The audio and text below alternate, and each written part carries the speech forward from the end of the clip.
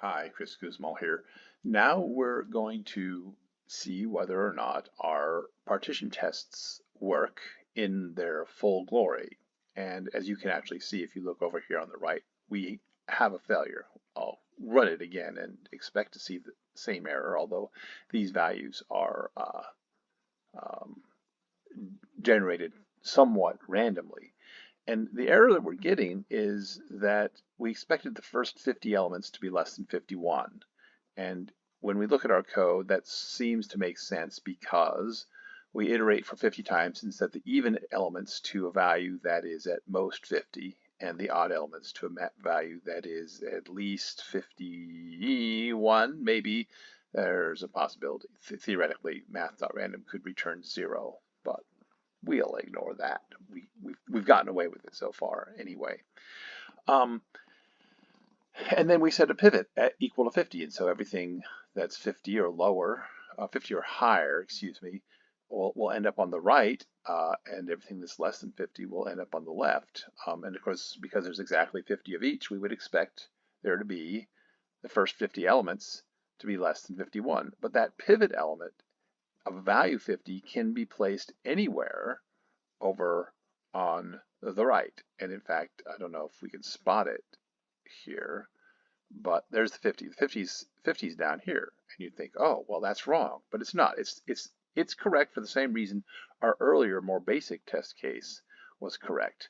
The pivot element can end up anywhere on the right side of the array because we're taking the greater than or equal to anything that's greater than or equal to the pivot goes to the right side of the array, and the pivot element is just yet another element in that collection. And so we never specify exactly that the pivot element is positioned between the elements that are less than it and the elements that are greater than it.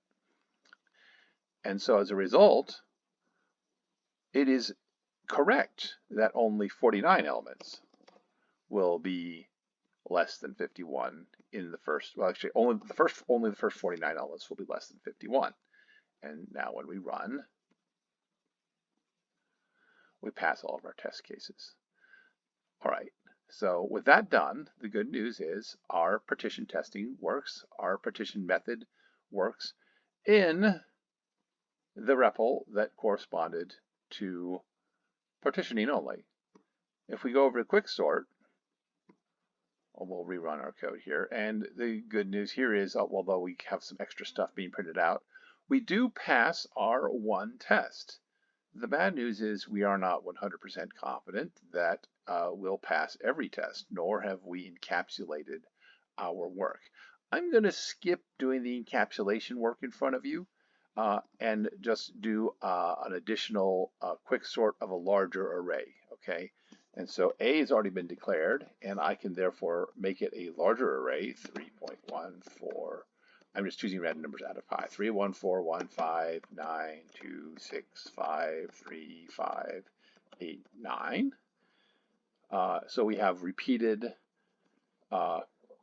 pivot element. All kinds of possible errors could arise. Well, speaking of errors that could arise, because A had already been declared, I thought I could just do A equals the shorthand version of initializing the array, but that's not actually true. I can only do this in initializer when I'm initializing.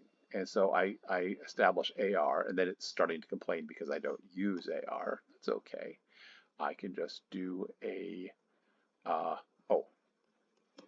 int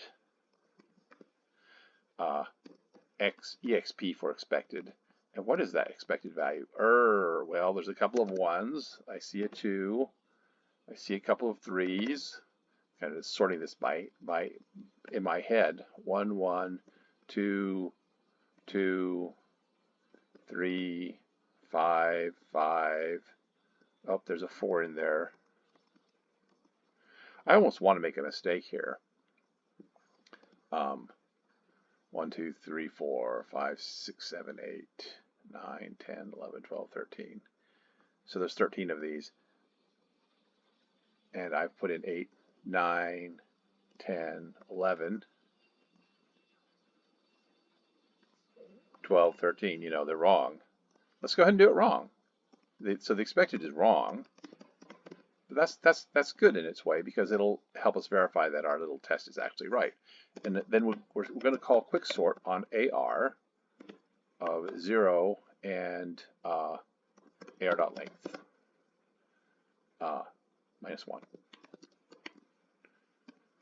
And then we're going to ask if they're same. If we have same AR and EXP, then we'll pass. Else, and we'll be a little bit more involved. We'll do fail plus plus, and we'll print out line fail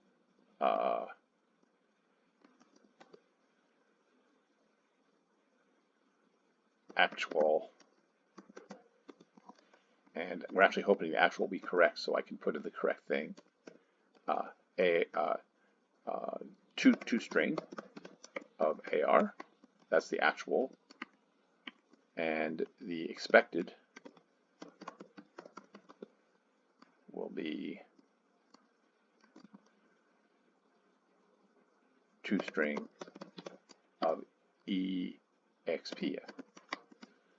And of course, the word expected here is not what I should. Expected is fine, but it needs to be inside of quotes. Otherwise, it will be treated as a symbol.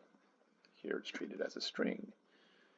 And now it's complaining because I have an extra, oh my gosh, I just want 1 quote, but it gives me 2. There we go. And that looks reasonable, and I expect a failure. I want a failure. I don't want an error. I just want a failure. But I get an error because I misspelled same to same. So I correctly spell same. And see if this runs. It runs. It gives me an error. Actual is 1, 1, 2, 3, 3, 4, 5, 5, 5, 6, 8, 9, 9. That's sorted. I'm feeling like that's right. Okay. So I'm going to go ahead and put it in. I mean, it's kind of cheating. 1, 1, 2. It's only 1, 2. Oh, there's only 1, 2. Okay. 1, 1, 2, 3, 3, 4. Then there's 3 5s.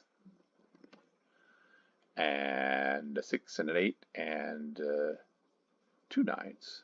Okay. I don't think that's wrong anymore. This is a little bit cheaty, but it passed. Okay, so a conscientious coder would encapsulate this test code, which is currently in the body of main. But I feel I've done enough encapsulation in recent videos for this topic, so I'm not going to bother to do that in front of you.